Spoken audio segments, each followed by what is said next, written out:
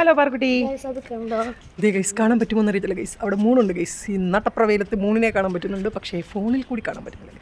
കാണാം ഗൈസ്, ഇവിടെ. അയ്യോ, ആ രണ്ട് ഇതിൻ്റെ ഇടയ്ക്ക് കാണാൻ പറ്റും ഗൈസ്. പാർക്കുട്ടി കണ്ടുപിടിച്ചതാ.